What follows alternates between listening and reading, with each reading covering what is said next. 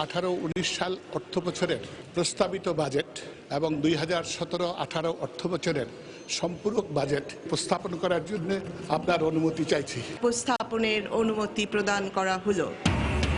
জাতীয় সংসদে চলছে 2018-19 অর্থ বছরের বাজেট পেশ। আকার প্রায় 4,64,573 কোটি টাকা। গুরুত্ব দেয়া হচ্ছে পরিবহন ও যোগাযোগ খাতে।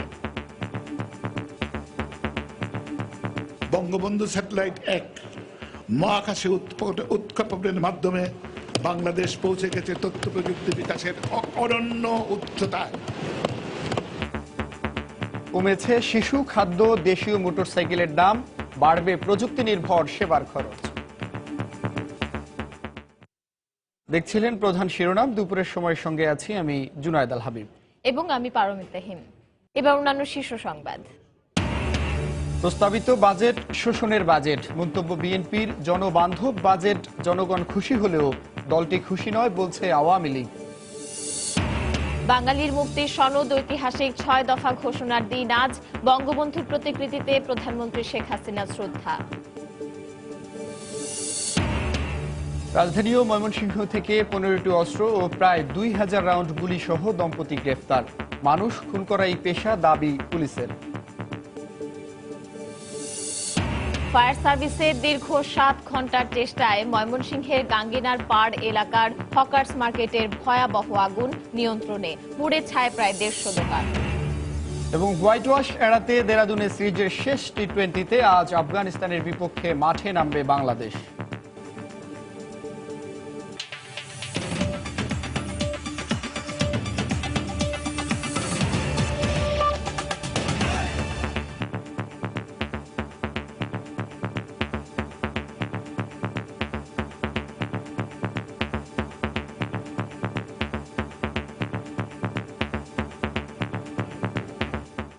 শুরুতেই বাজেট প্রসঙ্গ।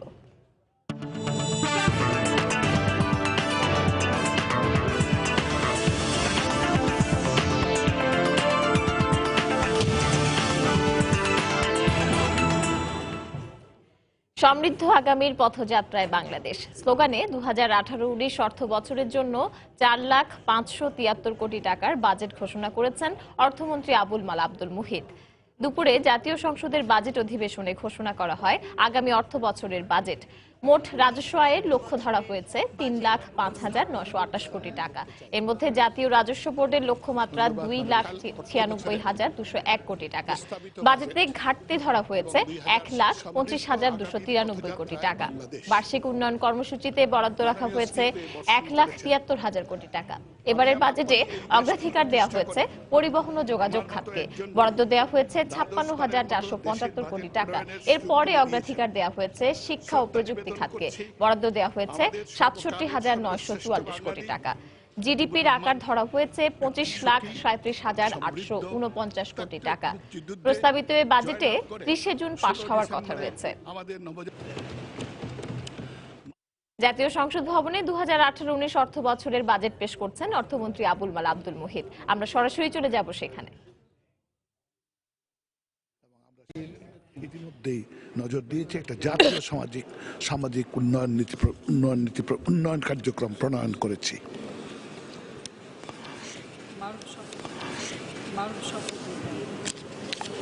মানসম্মত প্রাথমিক শিক্ষা আগে করে নিলাম, বলে নিলাম না।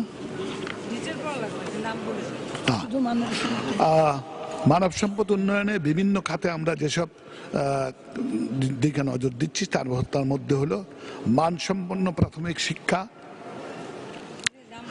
বর্ধিত চাহিদার নিরিখে বিভিন্ন কার্যক্রম, উপবৃত্তি, পাঠ্যপুস্তক, স্কুল ফিডিং ইত্যাদি এগুলো বহাল রাখা, মানসম্মত মাধ্যমিক শিক্ষা যেখানে আমরা 2 সরকারি কলেজ যেমন আছে জাতীয়করণও অনবরত করে যাচ্ছি। তারপরে কর্মসংস্থান বান্ধব কারিগরি ও বৃত্তিমূলক শিক্ষা, সেটা তো আপনারা আমি আগেই বলেছি যে এখন প্রত্যেকটা উপজেলায় এই ধরনের টেকনিক্যাল কলেজ, সেটাই হচ্ছে আমাদের লক্ষ্যমাত্রা, টেকনিক্যাল স্কুল। একই সঙ্গে বলতে পারি যে আমরা অন্যান্য যে পেশা সেদিকেও নজর দিচ্ছি। প্রতিটি জেলায় প্রতিটি জেলায় তো একটি মেডিকেল বিশ্ববিদ্যালয়, প্রতিটি বিভাগীয় শহরে একটি মেডিকেল বিশ্ববিদ্যালয় স্থাপন করা কার্যক্রম আমরা গ্রহণ করেছি।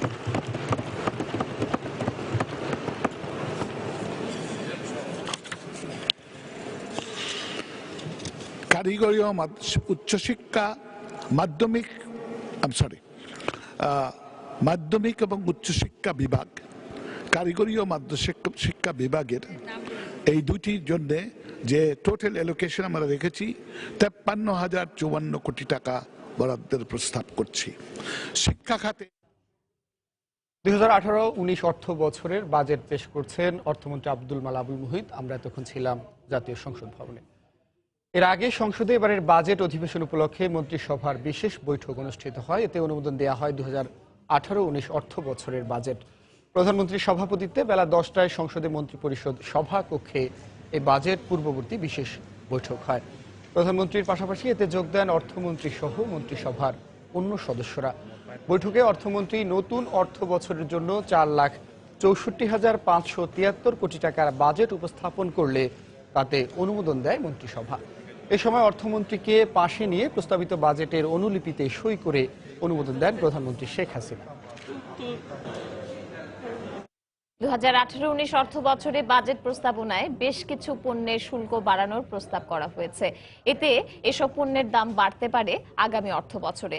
এছাড়া সব ধরনের তামাকজাত পণ্য ও সিগারেটের দাম বাড়তে পারে আগামী অর্থ বছরে। পাশাপাশি ই কমার্স ব্যবসা ও ইন্টারনেট ব্যবসার সেবার দাম বাড়ার আশঙ্কা রয়েছে।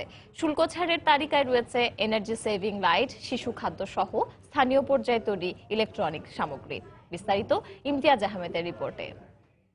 19 অর্থ বছরের প্রস্তাবিত বাজেট এবং 17-18 অর্থ বছরের সম্পূরক বাজেট এই মহান সংসদে পেশ করছি। 2018-19 অর্থ বছরের বাজেট প্রস্তাবনায় বেশ কিছু পণ্যের শুল্ক বাড়ানোর প্রস্তাব করেছেন অর্থমন্ত্রী আবুল মাল আব্দুল মুহিত। ফলে বাড়তে পারে এসব পণ্যের দাম। আমদানি পর্যায়ে অগ্রিম ট্রেড ভ্যাট 4% থেকে বাড়িয়ে 5% প্রস্তাব করা হয়েছে। এতে আমদানি করা 6,000-এরও বেশি পণ্যের দাম বাড়তে পারে। দেশি বিদেশি বিনিয়োগকারী শিল্প ই কমার্স ব্যবসার উপর 5% ভ্যাট আরোপ করার প্রস্তাব করা হয়েছে আগামী অর্থ বছরের জন্য। ফলে অনলাইন থেকে কেনাকাটায় পণ্যের দাম বাড়তে পারে। সুপার শপ থেকে কেনাকাটায় 4% ভ্যাট থাকলেও তা 5% করার প্রস্তাব করা হয়েছে। এছাড়া green tea, shaving blade, shaving jail, চশমার ফ্রেম, চুলের cream, sunscreen, cigarette paper, ceramic bathtub, নারিকেল, কাজু বাদাম, ক্যালেন্ডার, পোস্টার, জার্সি, শীতের হালকা পোশাক সহ কাশ্মীরি শাল ও বিভিন্ন ধরনের পেপারের দাম বাড়তে পারে। সার্বিক অন্তর্ভুক্তিমূলক আগামী অর্থ বছরের বাজেট প্রস্তাবনায় ব্যাংকিং খাতে কর্পোরেট কর কমানোর প্রস্তাব করা হয়েছে। ফলে বেসরকারি খাতে ঋণের প্রবাহ বাড়ার সাথে সাথে কমতে পারে সুদ হার। এছাড়া শুল্ক কমানোর প্রস্তাবের ফলে কমতে পারে হাতে তৈরি রুটি ও বিস্কুট, প্লাস্টিকের চপ্পল, কৃষি জমির রেজিস্ট্রেশন খরচও কমার প্রস্তাবনা করা হয়েছে আগামী অর্থ বছরের জন্য। পুঁজিবাজারে তালিকাভুক্ত প্রতিষ্ঠানের কর্পোরেট কর 40 থেকে কমিয়ে 37% করার প্রস্তাব করা হয়েছে। ইমতিয়াজ আহমেদ, সময় সংবাদ, ঢাকা। চলে যাচ্ছি স্টুডিও 2-তে। 2018-19 অর্থ বছরের বাজেট ঘোষণা নিয়ে সময় সংবাদে থাকছে বিশেষ আয়োজন বাজেট ভাবনা। থাকছেন অর্থনীতিবিদ ডক্টর নাজদিন আহমেদ। আলোচনায় তার সঙ্গে আছেন এনবিআর এর সাবেক চেয়ারম্যান ডক্টর আব্দুল মজিদ এবং এক্সপোর্টার্স অ্যাসোসিয়েশন অব বাংলাদেশের প্রথম সহসভাপতি মোহাম্মদ হাতেম।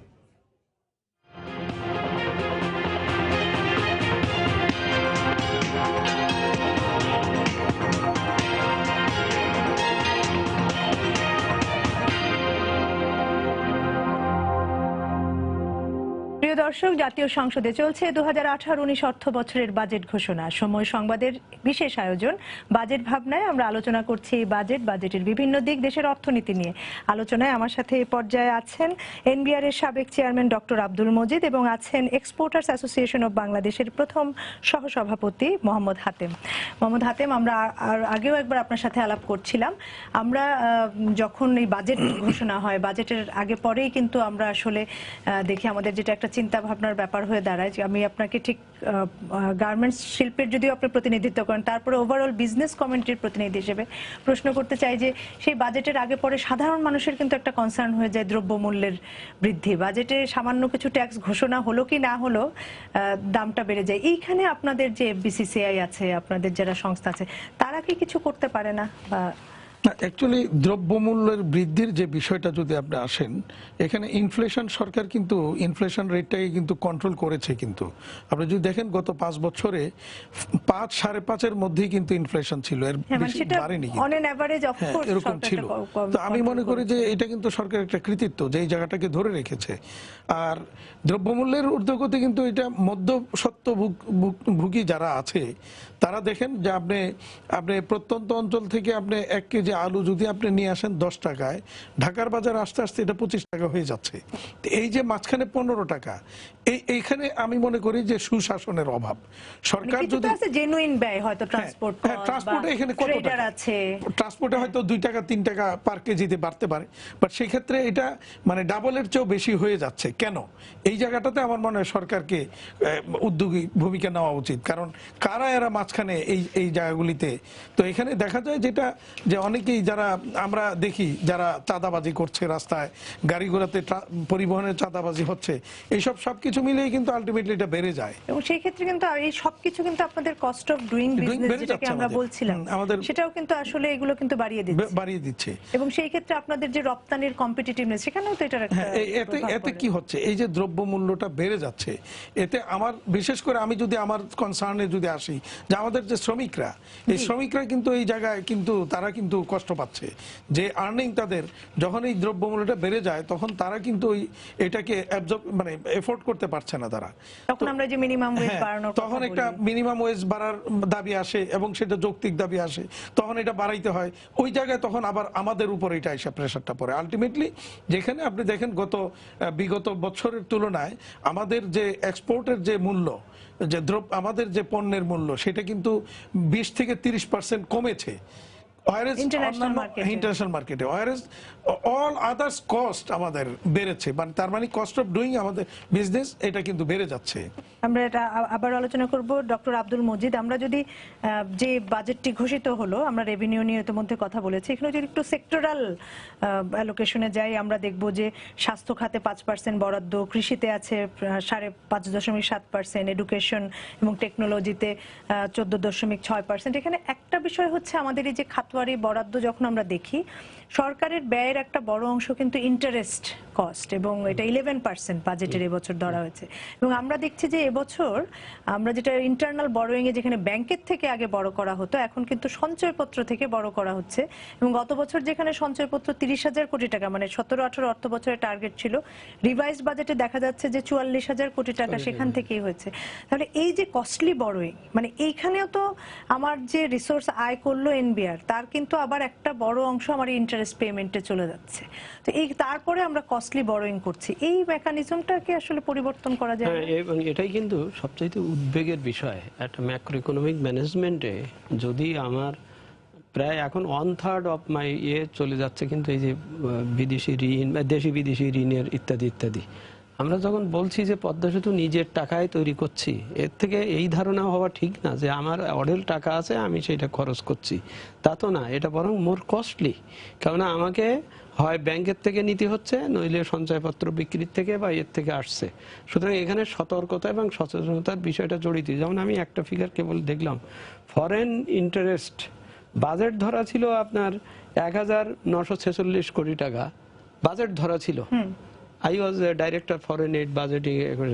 কিভাবে সেইটা রিভাইজড এসে $2,518 মিলিয়ন হয়ে গেছে, এবং বাজেট ভর্তি হচ্ছে 3 বেশি, অর্থাৎ রিভাইজ, অর্থাৎ এখানে বাজেট ধরা। তার মানে এখানে হচ্ছে কি যে ভিতরে এমন কোনো লোন নেওয়া হচ্ছে বা এমন কোনো হচ্ছে যে সেখানে একটা বিরাট আপনার এই দিতে হচ্ছে। তা সুতরাং এই জায়গাগুলোকে স্টিক করতে হবে। লোন তো আর কোনো গোপন করে নেওয়া সম্ভব না, মানে এটা তো গোপনের বিষয় না, কিন্তু ফিগার দেখি তো বোঝা যাচ্ছে এটা বাড়ছে, গোপনের বিষয় না। কিন্তু আপনি তো বড় বড় প্রকল্প তো আপনি বাস্তবায়ন করছেন, টাকাটা নিশ্চয়ই কোনো জায়গা থেকে আসতেছে, এটা তো গোপনের বিষয় না। কিন্তু বিষয়টা হচ্ছে হিসেবের ভিতরে উপলব্ধির মধ্যে সেটা আনা দরকার।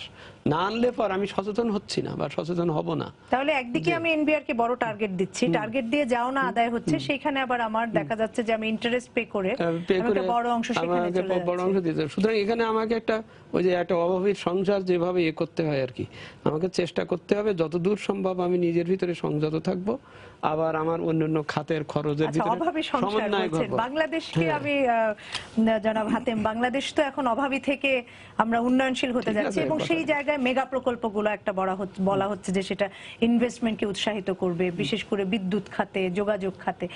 আপনার কি মনে হচ্ছে যে মানে মেগা প্রকল্পগুলার মানে আপনারা কতখানি আশাবাদী যে এটা হওয়ার জন্যই কি আপনারা বসে আছেন, না কেন বিনিয়োগ করছেন না আপনারা? না, অ্যাকচুয়ালি আপনি যদি দেখেন যে বিগত বছরগুলিতে বিনিয়োগ, প্রাইভেট সেক্টরের বিনিয়োগ কিন্তু থমকে আছে একটা জায়গাতে। আপনারা করছেন না কেন? কেন করছে না কেন সেটা বুঝতে হবে, যে আমরা যে করব, আমাদের কি জ্বালানি আছে, আমাদের কি বিদ্যুৎ, এখন যদিও বিদ্যুতে সরকার অনেকটা স্বয়ংসম্পূর্ণ বা সফল হয়েছে, কিন্তু তারপরে আমরা কিন্তু কোয়ালিটি 16,000 বিদ্যুৎ মেগাওয়াট পাচ্ছি না। করছে এবং অচিরেই না, 24,000 এখানে একটা জিনিস বুঝতে হবে, যেমন আমাদের যে ইন্ডাস্ট্রিগুলি, এই ইন্ডাস্ট্রিগুলির বিদ্যুতের যে কোয়ালিটি বিদ্যুৎ, অর্থাৎ আনইন্টারাপ্টেড বিদ্যুৎ লাগে, তো আমরা কি আনইন্টারাপ্টেড বিদ্যুৎ পাচ্ছি না, যার কারণে আমাদের যেতে হচ্ছে ক্যাপটিক পাওয়ারে। বাট সরকার বিগত বছরগুলিতে ক্যাপটিক পাওয়ারে আমাদের কানেকশন বন্ধ করে রেখেছে, জ্বালানি আমরা পাচ্ছি না। তো ফলে কিন্তু আমি ক্যাপাসিটি একদিকে বাড়াতে পারছি না, নতুন ইনভেস্টমেন্টও যেতে পারছি না, তো যার কারণে কিন্তু এই জায়গাটা থমকে তাহলে তো আছে। মেগা প্রকল্পের বাস্তবায়নটা আসলেই খুব ক্রুশিয়াল, মানে সেটা যদি আমাকে এটা নিশ্চিত ক্রুশিয়াল। করতে হয়। এখন দেখেন, এই বছর আমরা যতটুকু আমরা জানি যে আমরা জ্বালানি উপদেষ্টা সহ বিদ্যুৎ প্রতিমন্ত্রী এবং এনার্জি সেক্টরের সকল শীর্ষ কর্তা ব্যক্তিদের সাথে আমরা বসছিলাম, সেখানে ওনারা আমাদেরকে বলেছেন যে এই বছর ডিসেম্বর নাগাদ জ্বালানি অ্যাভেলেবল হবে, এবং সেখানে ওনারা একটা প্রজেকশন দিয়েছিলেন আমাদেরকে।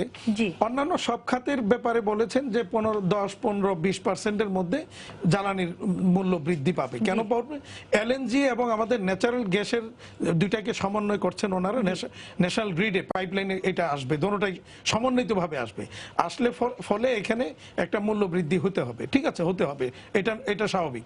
কিন্তু আমাদের কাছে যেটা অবাক লেগেছে যে সব খাতে যেখানে বলা হয়েছে 7 থেকে 20% মধ্যেই মূল্য বৃদ্ধিটা, একমাত্র শিল্প খাতে মূল্য বৃদ্ধিটা হচ্ছে 91%, তাদের একটা প্রজেকশন, এটা প্রপোজাল ছিল।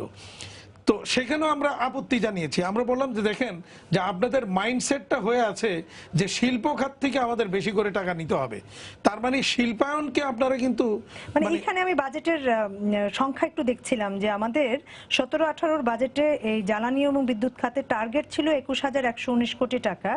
এইখানে কিন্তু সংশোধিত বাজেটে দেখাচ্ছে আমরা খরচ করেছি 24,261 কোটি টাকা। তার মানে যা টার্গেট ছিল তার চেয়ে বেশি করেছে। এবং আগামী বছর কিন্তু এই টার্গেটটা এরকমই রাখা হয়েছে, ব্যয় যা হয়েছে এবার 24,921 কোটি। কিন্তু এখানে দেখেন, যেটা আমাদের যেটা কনসার্ন, আপনি যে কেন ইনভেস্টমেন্ট হচ্ছে না, এখন আমরা যেখানে ফোরকাস্ট দেওয়া দিলেন ওনারা 91%, সেখানে আমরা এটা আপত্তি দিলাম যে আপনাদের মাইন্ডসেট হয়ে আছে কোথায় শিল্পকে কিভাবে ধরা যায়, তো এইভাবে যদি আপনারা চিন্তা করেন তাহলে শিল্পায়ন হবে না। সেই ক্ষেত্রে ওনারা নতুন করে তিতাস গ্যাস যখন এখন ডিমান্ড নোট ইস্যু করছে, যেখানে 60 টাকা 62 পয়সা আমাদের পার ইউনিটের কস্ট ছিল, সেটাকে 16 টাকা 20 পয়সা করেছে, অর্থাৎ 120-25% মতো তারা বাড়িয়েছে। তো এইটা কোনোভাবেই কাম্য নয়, যখন এরকম বাড়াবেন তো ইন্ডাস্ট্রি বিদ্যুৎ উৎপাদনের খরচও তো অনেক বেশি। বিদ্যুৎ না, আমি বলছি জ্বালানি গ্যাসের কথা। তো আপনি যেখানে ন্যাচারাল গ্যাসে আমাদেরকে এতদিন আপনি 60 টাকা 62 পয়সা পার ইউনিট দিয়েছেন, সেখানে এখন 16 টাকা 20 পয়সা নিবেন, এটা তার মানে আপনারা শিল্পায়ন পরিপন্থী নীতিমালা গ্রহণ করছেন। এতে ইনভেস্টমেন্ট হবে কি করে? ডক্টর মজিদ, উনি বলছেন শিল্পায়ন পরিপন্থী। এখন আমি তো দেখি যে কর্পোরেট ট্যাক্স কমাচ্ছে, যেটা আমরা একটা মূল যুক্তি হচ্ছে যেটা শিল্পায়নকে উৎসাহিত করবে দুভাবে। সরাসরি যারা কর্পোরেটে আছে তার ট্যাক্স কমবে, অন্যদিকে ব্যাংকিং খাতের যখন ট্যাক্স কমবে, ব্যাংকিং খাতে তখন দেখা যাবে যে যেহেতু ট্যাক্স মানে তার তো খরচ কমলো, তখন তারা সহজ শর্তে হয়তো ঋণ দিতে পারবে। সেইটা মিলিয়ে এটা ধারণা করা হচ্ছে আসলে, এবং বিদেশিরাও যখন কর্পোরেট ট্যাক্স কম হবে বিনিয়োগে উৎসাহী হবে। আপনার কি মনে হচ্ছে, আমি যাবো ওনার কাছে কর্পোরেট ট্যাক্সের বেনিফিট হিসেবে কি হবে না হবে ওনাদের কাছে, কিন্তু আপনার কি মনে হয় কর্পোরেট ট্যাক্স কমানোর বিষয়টা? আমার তো এত বড় টার্গেট, ট্যাক্স কমাচ্ছে, অনেকে বলছেন ট্যাক্সটা কমানো যাবে না, আমরা বেশ কিছু সংস্থাকে বলতে শুনেছি যে এখন কমানো ঠিক নয়, কেউ বলছেন ধাপে ধাপে করতে। আমি যেমন এটাকে সমর্থন করি, বাট আমি মনে করি এটা হওয়া উচিত। সমর্থনযোগ্য যে ট্যাক্স কমানো উচিত করলে, কিন্তু সাথে উদ্দেশ্যর বিধির দিকেও খেয়াল রাখতে হবে। আমি কমাবো এই অর্থে, এই কারণেই যে উনি এই উদ্বৃত্ত টাকাটা বিনিয়োগ করবেন, ওনার কস্ট অফ ডুইং বিজনেস কমবে। উনি তো বলছেন করতে পারছেন না, ওনাদেরকে তার সাথে অন্য অনুষঙ্গগুলো, যে আপনার ইকোনমিক্সের কথা আছে, if other things remaining constant, তাহলে এটা হবে। ইফ আর যদির ভিতরে রেখে দিয়ে আমি দিলাম, এদিকে আমি রেভিনিউ থেকে ছেড়ে দিলাম কর্পোরেট কর কমিয়ে, আমি তো নিশ্চয়ই একটা উদ্দেশ্য নিয়েই এটা কমাবো, হ্যাঁ, যে তো এর ওনাদেরকে ফলে প্রণোদনা দেওয়া। বিনিয়োগ বাড়বে, জি। অর্থনীতি কর্মচাঞ্চল্য হবে, তাহলে আমি ঘুরিয়ে আবার ওই রেভিনিউটা পরে পাবো। এটা এক ধরনের ইনভেস্টমেন্ট। আমি এই কর কমানো মানে হচ্ছে এটা আমার ইনভেস্টমেন্ট, সরকারের পক্ষ থেকে বা কর্তৃপক্ষের পক্ষ থেকে। এই ইনভেস্টমেন্টটার আমার রিটার্নটা পেতে হবে।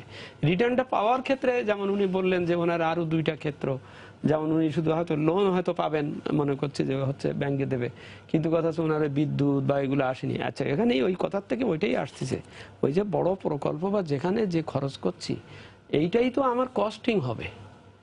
আমি এই খরচের সময় যদি এটাকে সাশ্রয়ী মূল্যে ভালোভাবে যদি এই অবকাঠামোটা তৈরি করতে না পারি, এখানে যদি আমি অস্বাভাবিক একটা খরচ করে ফেলি, মানে আপনাকে তাহলে একটু এটা বলি, আমরা প্রাইসিং কি- বাড়বে, প্রাইসিং বাড়লে ওই যে ওনার 90% এর খরচ। আমরা কি পদ্মা সেতু থেকে তো আমাদের একটা লার্নিং হয়েছে যে সমস্যাগুলো কি, আমরা এর আগে তো কখনো এত বড় প্রকল্প বাস্তবায়ন করি নাই, নিজেদের অর্থায়নে হোক আর বাইরে থেকে হোক, এত না, বড় আপনার করে বিদ্যুৎ করা। খাতে, ওই যে বিদ্যুৎ জ্বালানি খাতে বললেন না যে 19-এর জায়গায় জি, 24 খরচ করে 24 ফেলছে। খরচ হয়েছে, এই খরচটা 21-এর হয়েছে কোন কোন জায়গায়, জি। প্রকল্পে আপনি সেগুলো দেখেন, এবং সেখানে দেখলে দেখা যাবে যে সেই খরচটা আমার পুরোটাই হচ্ছে কিনা। এবং প্রতিটা ক্ষেত্রে কিন্তু খরচের সাথে একই সাথে ব্যবসায়ী বা সকলের একটা ইয়ে থাকতে হবে, আন্ডারস্ট্যান্ডিংও থাকতে হবে। আমি এই পর্যায়ে যে যে হ্যাঁ, আমি এখানে এই আন্ডারস্ট্যান্ডিং, খরচটা করছি। আমি ওনার কাছে যাবো, আমি আপনার কাছে জাস্ট যেহেতু প্রসঙ্গটা আসলো, সেখানে হচ্ছে যে ব্যবসায়ীদের সাথে আন্ডারস্ট্যান্ডিং বা কিছু, আমরা প্রতি বছর বাজেট আসলে দেখি বিজিএমইএ যে দেন দরবার করছে ওনার, এইটা কি একটা ট্যাক্স সিস্টেমে একটা স্ট্রিমলাইন করা যায় না, যে ওনাকে একটা ট্যাক্স ধার্য করার পরে 5 বছর আমি আর change Correct. হ্যাঁ, Exactly. আপনি অত্যন্ত করা কথা। যেমন আমি বলি এই যে প্রতি বছর কেন অর্থবিধিতে আমি 70টা 80টা করে ইয়ে আনবো, এবং এই যে সিম্পল একটা উদাহরণ দেই, কালকে পেপারে এসছে, আমার সময়ও আপনি তো দেখছি ছিলেন NBR, হ্যাঁ, আমি সমস্যাটা কোথায়? সময়ও কেন দেখছি এটা প্রতি কম করেন? বছরই তাকিয়ে থাকে গাড়িতে কত সিসি অনুযায়ী কত হবে হ্যাঁ। কত হবে, এবং এইটার জন্য আগের দিন তার কেন এটা একবারে ঠিক করে দেওয়া 5 যায় না? বছরের জন্য দিয়ে দেন একবারে। তাহলে ও জানবে যে আমার ওনাদের এই তো রেট এবং বছরে রেটে। 3 মাস এই চলে যে যায় আমরা এগুলা বারবার এটা চেঞ্জ করার যে সংস্কৃতিটা রাখছি, জি। বছরের মাঝখানে এসআরও জারি করা বা এ করা, এতে হয় কি ওনার বিজনেস ডিসিশন নিতে কিন্তু অনেক সমস্যা হয়। ওনার যেমন সমস্যা হয়, আমারও মানে এনবিআর এরও ওই সময় প্রাক্কলন ঠিক করতে হবে। সেই জন্য কিছু কিছু সংস্কৃতির থেকে বেরিয়ে আসতে হবে। সেই বেরিয়ে আসাটা হচ্ছে যে ট্যাক্স অ্যান্ড ট্যারিফ যা করি তা একটা কনসিস্টেন্সি থাকতে হবে, কন্টিনিউইটি থাকতে হবে, এবং তা একটা নির্দিষ্ট সময় যার ভিত্তিতে ওনারা ডিসিশন নেবেন, উনি বুঝে শুনেই নেবেন। মানে কিন্তু আমি বারবার চেঞ্জ করতে জি। থাকলাম, তো এটা মানে হয় এই না। প্রসঙ্গে আপনার কাছে দুটো জিনিস, একটা হচ্ছে যে কর্পোরেট ট্যাক্স কমলে আপনি বেশি বিনিয়োগ, মানে আপনারা বেশি বিনিয়োগ করবেন কিনা, দ্বিতীয় হচ্ছে এটা আসলে আপনারা দাবি করেন না কেন যে 5 বছরের জন্য করে দিক না, করছেন দাবি দেখেন আমরা প্রতি বছর, উনিও যখন ছিলেন এনবিআর তখন আমরা কিন্তু ওনার সাথে আমরা উনি প্রতি কথা বছর রাখেন বসেছি। নাই। দাবি করছেন। তো আমরা ওনাদের একটা রুটিন ওয়ার্ক যে প্রতি বছর আমাদের সাথে ওনারা বসেন, কিন্তু বাস্তবে গিয়ে ওনারা আমাদের কথা শোনেন, কিন্তু কোনোটা কি আর বাস্তবে আমরা পাই না, মেজরিটি অংশই পাই না। তো এইটা হচ্ছে একটা ট্র্যাডিশন, এনবিআর এর সাথে আমরা বসি, বাট হয় না। বাট আমরা সবসময় কিন্তু বলি, যেটাই আমাদেরকে দেন না কেন 5 বছরের জন্য দেন, প্রতি বছর গিয়ে কেন আমাদেরকে আপনাদের সাথে দেন দরবার করতে হবে? আমরা 5 বছরের জন্য একটা জিনিস পেয়ে গেলে আমরা আমাদের বিজনেস প্ল্যানিংটা করতে আমার সুবিধা হয়, যে ওকে আমার 5 বছর আমার এই পলিসিতে যাবে, তাহলে আমি এইভাবে ইনভেস্ট করব।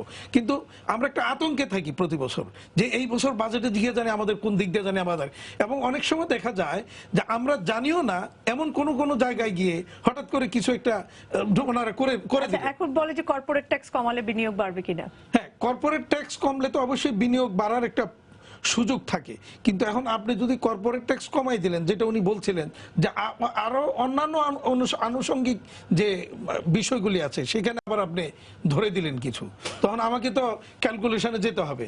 যেমন আপনি কর্পোরেট না, ওটা ট্যাক্স, তো অর্থমন্ত্রী বলছেন যে অন্য কিছু উনি না নতুন আরোপ আপনি করবেন না। কর্পোরেট ট্যাক্স কমাইলেন, কমায় বিদ্যুতের দাম গ্যাসের দাম বাড়াই দিলেন, ডাবল করে দিলেন, সেটা অবশ্য তাহলে কি বাড়াবেন বলছেন। আমার তো ক্যালকুলেশন করতে হবে যে মাসে আমার প্রতি মাসে আমার জ্বালানিতে কত যাবে, তাতে ওইটা কি আমি সার্ভাইভ করতে পারবো কিনা।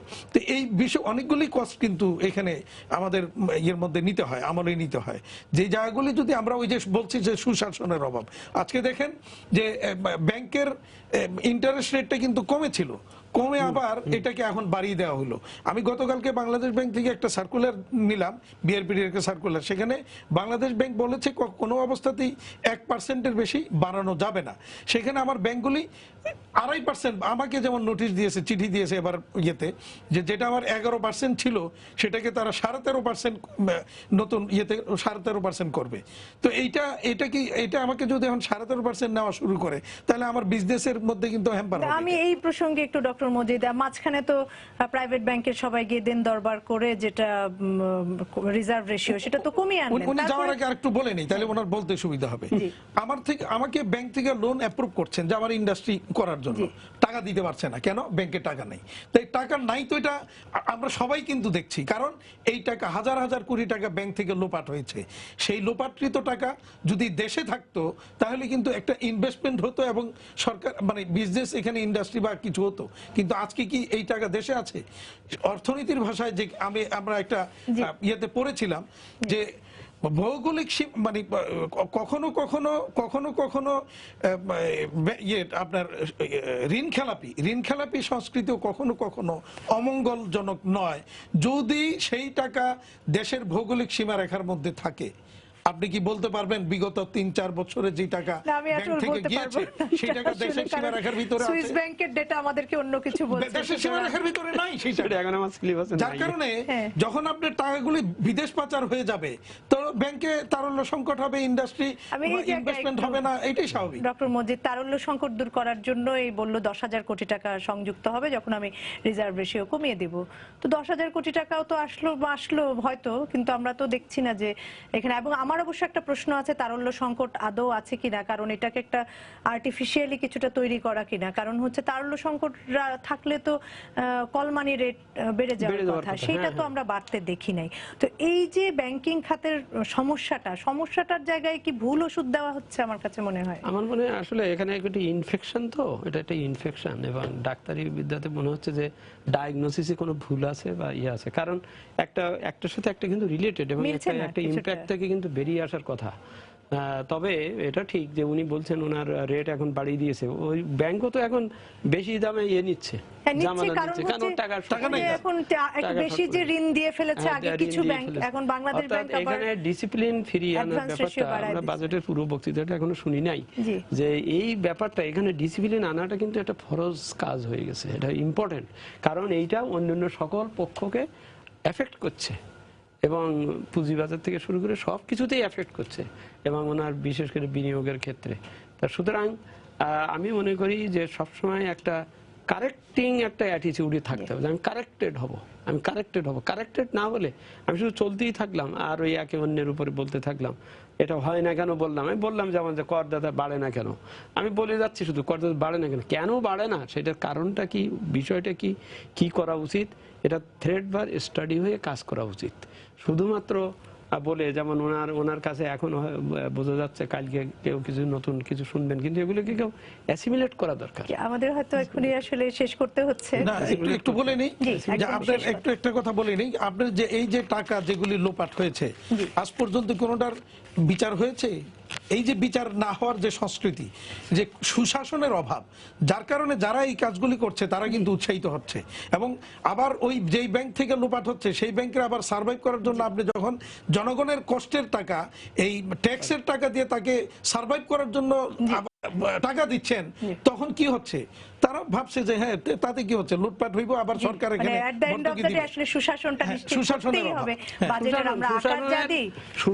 সুশাসনের সাথেই হতে হবে। আসলে আমরা আলোচনা করতে পারছি না কারণ আমাদের সংবাদ বিরতিতে যেতে হবে।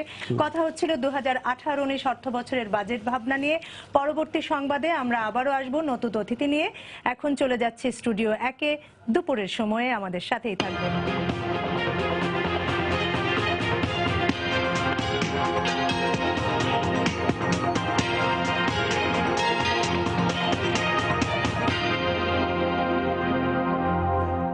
দেখছিলেন বাজেট ঘোষণা নিয়ে সময় সংবাদের বিশেষ আয়োজন বাজেট ভাবনা। করবিহীন জনবান্ধব বাজেট আসছে, এতে জনগণ খুশি হলেও বিএনপি খুশি নয় বলে মন্তব্য করেছেন আওয়ামী লীগের সাধারণ সম্পাদক ওবায়দুল কাদের। সকালে রাজধানীর ধানমন্ডি 32-এ বঙ্গবন্ধুর প্রতিকৃতিতে শ্রদ্ধা জানানো শেষে তিনি একথা বলেন। এ সময় তিনি বলেন, পরিস্থিতির প্রয়োজনে নির্বাচনে সেনা মোতায়েনের সিদ্ধান্ত নিলে সরকার সহযোগিতা করবে।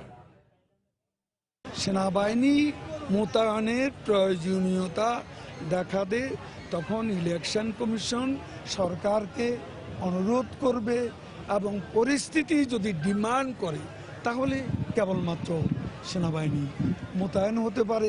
কিভাবে মোতায়েন হবে, স্ট্রাইকিং ফোর্স হিসাবে না অন্য কোনোভাবে, সেটা পরিস্থিতি বলে দেবে। কোনো কর ছাড়া, নতুন কর ছাড়া বাজেট আসছে, এটা তো জনগণ খুশি।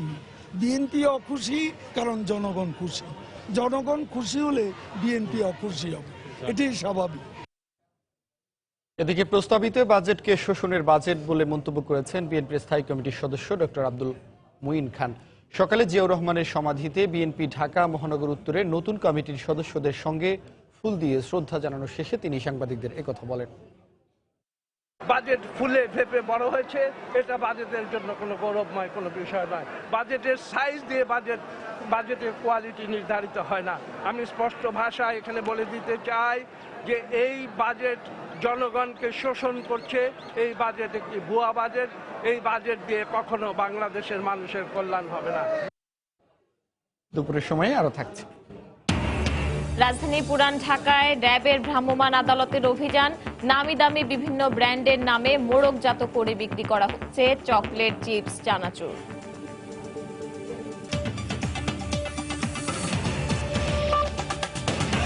ঐতিহাসিক ৬ দফা দিবস উপলক্ষে বঙ্গবন্ধুর প্রতিকৃতিতে শ্রদ্ধা জানিয়েছেন প্রধানমন্ত্রী শেখ হাসিনা। সকাল ৯:৩০টায় ধানমন্ডি ৩২ নম্বরে বঙ্গবন্ধুর প্রতিকৃতিতে শ্রদ্ধা জানান তিনি। ফুল দিয়ে শ্রদ্ধা জানানোর পর কিছুক্ষণ প্রধানমন্ত্রী বঙ্গবন্ধুর প্রতিকৃতির সামনে নীরবে দাঁড়িয়ে থাকেন। এ সময় আওয়ামী লীগের সিনিয়র নেতারা উপস্থিত ছিলেন। পরে আওয়ামী লীগের সিনিয়র নেতাদের সঙ্গে নিয়ে দলের পক্ষ থেকে শ্রদ্ধা জানান দলীয় প্রধান শেখ হাসিনা। এরপরে বিভিন্ন সংগঠনের পক্ষ থেকে ৬ দফা দিবস উপলক্ষে বঙ্গবন্ধুর প্রতিকৃতিতে ফুল দিয়ে শ্রদ্ধা জানানো হয়।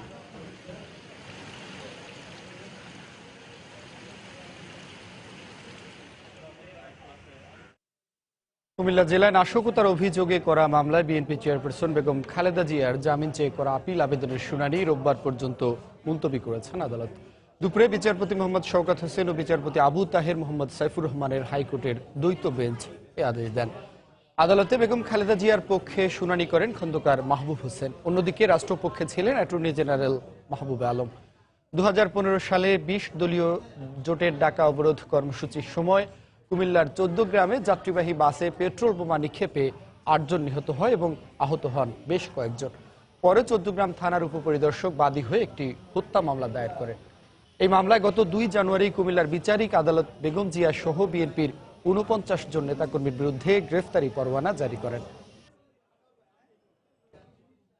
দেখছেন দুপুরের সময়। ঢাকার যাত্রাবাড়ি ও ময়মনসিংহের বাঘমারা এলাকা থেকে ১৫টি আগ্নেয়াস্ত্র ও ১৬২২ রাউন্ড গুলিসহ এক দম্পতিকে গ্রেপ্তার করেছে কাউন্টার টেরোরিজম ইউনিট। দুপুরে ডিএমপি মিডিয়া সেন্টারে কাউন্টার টেরোরিজমের প্রধান জানান, অস্ত্র সংগ্রহ ও বিক্রি করা এবং চুক্তিতে মানুষ খুন করাই ছিল গ্রেপ্তার ডাক্তার জাহিদুল আলমের মূল পেশা। সম্প্রতি সিলেট এলাকার একজন সংসদ সদস্যকে হত্যার জন্য লন্ডন প্রবাসী একজনের সঙ্গে তার চুক্তি হয়েছিল বলেও দাবি পুলিশের। খান মোহাম্মদ রুমেলের রিপোর্ট। কাউন্টার টেরোরিজম ইউনিট জানায়, গত মাসের ১৫ তারিখে রাজধানীর যাত্রাবাড়ি থেকে ২টি পিস্তল ও ৮ রাউন্ড গুলিসহ ডাক্তার জাহিদকে গ্রেফতার করা হয়। পরে তার দেয়া তথ্যে চলতি মাসের ৩ তারিখে গাবতলী এলাকা থেকে তার স্ত্রী মাসুমাকে গ্রেফতার করা হয়। পরে মাসুমাকে জিজ্ঞাসাবাদে তার স্বামীর বিপুল অস্ত্র ভাণ্ডারের সন্ধান মেলে। সবশেষ বুধবার রাতে ময়মনসিংহের বাঘমারায় জাহিদের বাসায় বিশেষ কায়দায় লুকোনো অবস্থায় উদ্ধার হয় বিপুল পরিমাণ অস্ত্র ও গুলি। বিশেষ কায়দায় তৈরিকৃত যে ওয়াল, সেই ওয়ালের ভিতরে অস্ত্রগুলো রয়েছে বলে জানায় এবং ভোর রাতে অভিযান চালিয়ে সেই অস্ত্রগুলো উদ্ধার করা হয়েছে। রিভলভারের সাধারণত ৬টি চেম্বার থাকে, এটি ইম্প্রোভাইজড, এটিতে ৮টি চেম্বার রয়েছে। কাউন্টার টেরোরিজম বলছে, ২০০২ সালে ময়মনসিংহ মেডিকেল থেকে ডাক্তারি পড়া শেষ করেন জাহিদ। মাঝে মাঝে বিভিন্ন বেসরকারি হাসপাতালে চাকরি করলেও অস্ত্র কেনাবেচাই ছিল তার মূল পেশা। বিভিন্ন সময় ১ মাস ২ মাস করে বিভিন্ন মফস্বলে বিভিন্ন জায়গায় প্র্যাকটিস করত, অস্ত্র বিক্রি এবং পাশাপাশি সে শৌখিন অস্ত্র কালেক্টর হিসেবে মানে সংগ্রহ রাখার কাজটি করত। সম্প্রতি সিলেটের একজন সংসদ সদস্যকে হত্যার জন্য একজনের সঙ্গে তিনি চুক্তিবদ্ধ হন বলে দাবি পুলিশের। সে কন্ট্রাক্ট কিলিং এর কিছু কাজ করত, যেটি আমরা গোয়েন্দা তথ্যের ভিত্তিতে নিশ্চিত হয়েছি। লন্ডন থেকে একজন বৃহত্তর সিলেট অঞ্চলের একজন সংসদ সদস্যকে কন্ট্রাক্ট কিলিং করতে হবে, তো সেই বিষয়ে তারা এই পরিকল্পনা করছিল। ডাক্তার জাহিদুল আলমের সঙ্গে কোনো জঙ্গি সংগঠনের যোগাযোগ ছিল কিনা তাও খতিয়ে দেখছে counter terrorism unit. Khan Mohammad রুমেল, সময় সংবাদ, ঢাকা। দীর্ঘ 7 ঘন্টার চেষ্টায় ময়মনসিংহের গাঙ্গিনার পাড়ের বড় হকার্স মার্কেটের আগুন নিয়ন্ত্রণে এসেছে। পুড়ে ছাই হয়ে গেছে প্রায় 150 দোকান। সকাল 7টায় সূত্রপাত হয় আগুনের। এরপর থেকেই ফায়ার সার্ভিসের 10টি ইউনিট নিয়ন্ত্রণে কাজ শুরু করে। ময়মনসিংহের গাঙ্গিনার পাড় এলাকার হকার্স মার্কেটের ভয়াবহ আগুন দীর্ঘ 7 ঘন্টা পর নিয়ন্ত্রণে এসেছে। ফায়ার সার্ভিসের 10টি ইউনিট চেষ্টা চালিয়ে আগুন নিয়ন্ত্রণে আনে, কিন্তু এর আগেই ছাই হয়ে গেছে অন্তত 150 দোকান, পুড়ে গেছে সব মালামাল। প্রায় 500-এর উপরে দোকান ছিল, সব পুরা শেষ হয়ে গেছে, সরকার হয়ে গেছে। লক্ষ লক্ষ টাকার লোন প্রত্যেকটা দোকানে। ফায়ার সার্ভিস আসছে তারা, কিন্তু তাদের পারি নাই। ঈদের আগে এমন ক্ষতিতে নিঃস্ব হয়ে গেছেন দোকান মালিক ও ব্যবসায়ীরা। প্রচুর মাল আছে, প্রায় 4-5 লক্ষ টাকার। আমার সব ল্যাম্বরেটরির দোকান আর পাশাপাশি জুতার দোকান সবই পুড়ে গেছে, এখন আর কিছু নাই, সব শেষ ভাই। তাই ইনভেস্ট সব দোকানেই। এদিকে ঘন বসতিপূর্ণ এলাকা ও পানির সংকট থাকায় আগুন নেভাতে বেগ পেতে হয় ফায়ার সার্ভিসকে। যেহেতু ভোরবেলা অগ্নিকাণ্ড, সবগুলি দোকানই তালাবদ্ধ ছিল, এর জন্য আমাদের অগ্নি নির্বাপনে একটু সমস্যা হয়েছে। ইতিমধ্যে আমরা আগুন নিয়ন্ত্রণ করতে সক্ষম হয়েছি। ঘটনাস্থল পরিদর্শন করে ক্ষতিগ্রস্তদের সহায়তার আশ্বাস দিয়েছে জেলা প্রশাসন। জেলা প্রশাসনের পক্ষ থেকে আমরা দ্রুত সময়ের মধ্যেই একটা কমিটি গঠন করে দিব এই অগ্নিকাণ্ডের কারণ উদ্ঘাটন করার জন্য, এবং পাশাপাশি আমরা যত ব্যবসায়ী আছে তাদের সাথে আমরা বসবো।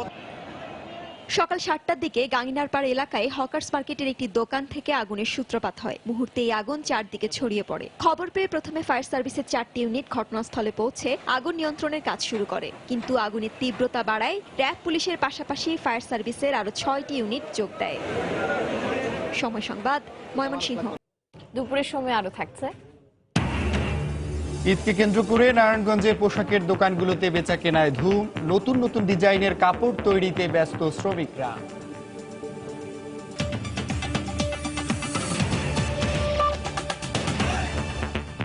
রাজধানীর পুরান ঢাকার আরমানিটোলায় ভেজাল খাদ্য বিরোধী অভিযান চালাচ্ছে র্যাব। এই মুহূর্তে আরমানিটোলা এলাকায় আছে রিপোর্টার সাদিকুর রহমান, বিস্তারিত যাচ্ছে তার কাছে। জুনায়েদ, এই রাজধানীর পুরান ঢাকার যে আরমানিটোলা, এই আরমানিটোলার যে বাণিজ্যিক এলাকা, এখানের কয়েকটি দোকানে খাবারের দোকান, এখানে পাইকারি যে খাবারের দোকানগুলি, এই কয়েকটি খাবারের দোকানে এখানে র্যাব 10 এবং বিএসটিআই যৌথভাবে এখানে অভিযান চালিয়েছে এবং এখনো চালাচ্ছে।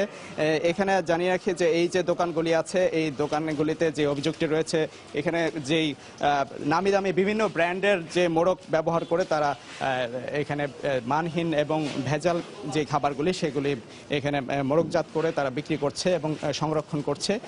এখন জানিয়ে রাখি যে এখানে কয়েকটি পণ্য, যেই পণ্যগুলি এখানে ধরা হয়েছে, এগুলি হচ্ছে বিভিন্ন ধরনের চিপস এবং বিস্কিট, এছাড়াও বিভিন্ন ধরনের চা রয়েছে, যেগুলি তারা ভেজাল পণ্য, কিন্তু বিভিন্ন ধরনের নামি দামি ব্র্যান্ডের মোড়ক তারা ব্যবহার করে এইসব পণ্যগুলি বাজারজাত করছে। এবং এছাড়াও এখানে রয়েছে চানাচুর এবং বাচ্চাদের টোস্ট খাওয়ার জন্য, এবং এছাড়াও আরও অনেক খাবারের পণ্য রয়েছে যেগুলি এরা দীর্ঘদিন যাবৎ এখানে ব্র্যান্ডের যে এই মোড়কগুলি এগুলি নকল করে তারা বিক্রি করছে। এবং এখানে যারা এখানে র্যাবের যে নির্বাহী ম্যাজিস্ট্রেট রয়েছেন সরওয়ার আলম, উনি জানিয়েছেন যে আসলে এইগুলি খাবারের মান একেবারেই নেই এবং এই খাবারগুলি শিশুদের এবং মানুষের জন্য ব্যাপক ক্ষতিকর। দেখতে পাচ্ছেন যে এখানে বসুন্ধরা নামের একটি মোড়ক রয়েছে ময়দা, এখানে ভেজাল এই ময়দার যে মোড়কে এখানে ভেজাল ময়দাগুলি মোড়কজাত করে এখানে বিক্রি করা হতো এবং কয়েকজনকে এখানে আটক করা হয়েছে, মালিককে জিজ্ঞাসাবাদ করা হয়েছে। এখনো যেই অপরাধে এখানে যেই যাদের বিরুদ্ধে পাওয়া গেছে তাদেরকে এখনো জরিমানা করা হয়নি, তবে জিজ্ঞাসাবাদের পর এখনো পর্যন্ত তাদেরকে আটক রাখা হয়েছে এবং তাদের দোকানগুলি চিহ্নিত করা হয়েছে এবং আরও কয়েকটি দোকানে তারা অভিযান চালাচ্ছে র্যাব 10 এবং বিএসটিআই। জোনায়েদ, এই ছিল আরমানিটোলা থেকে সর্বশেষ তথ্য।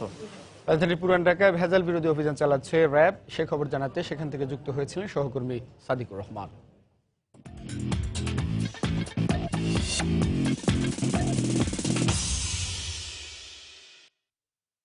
ঈদ সামনে রেখে নারায়ণগঞ্জের দেওভোগ পাইকারি পোশাক মার্কেটের বেচাকেনা বেড়েছে। মার্কেটে প্রতিনিয়ত বাড়ছে ক্রেতা সমাগম। গুণগত মান ও দাম সাধ্যের মধ্যে হওয়ায় বিভিন্ন এলাকার পাইকারি ক্রেতারা এই মার্কেট থেকে কেনাকাটা করেন। তাই এবার শত কোটি টাকা বিক্রির প্রত্যাশা ব্যবসায়ীদের। অন্যদিকে নতুন নতুন ডিজাইনের কাপড় তৈরিতে ব্যস্ত সময় পার করছেন শ্রমিকরা। অতিরিক্ত কর্মঘণ্টা ব্যয় করে দিন রাত পরিশ্রম করছেন তারা।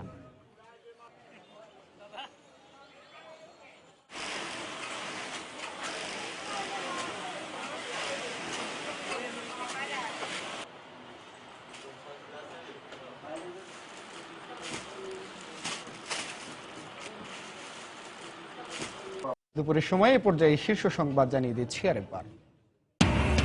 জাতীয় সংসদে চলছে 2018-19 অর্থ বছরের বাজেট পেশ। আকার প্রায় 4,64,573 কোটি টাকা। গুরুত্ব দেওয়া হচ্ছে পরিবহন ও যোগাযোগ খাতে।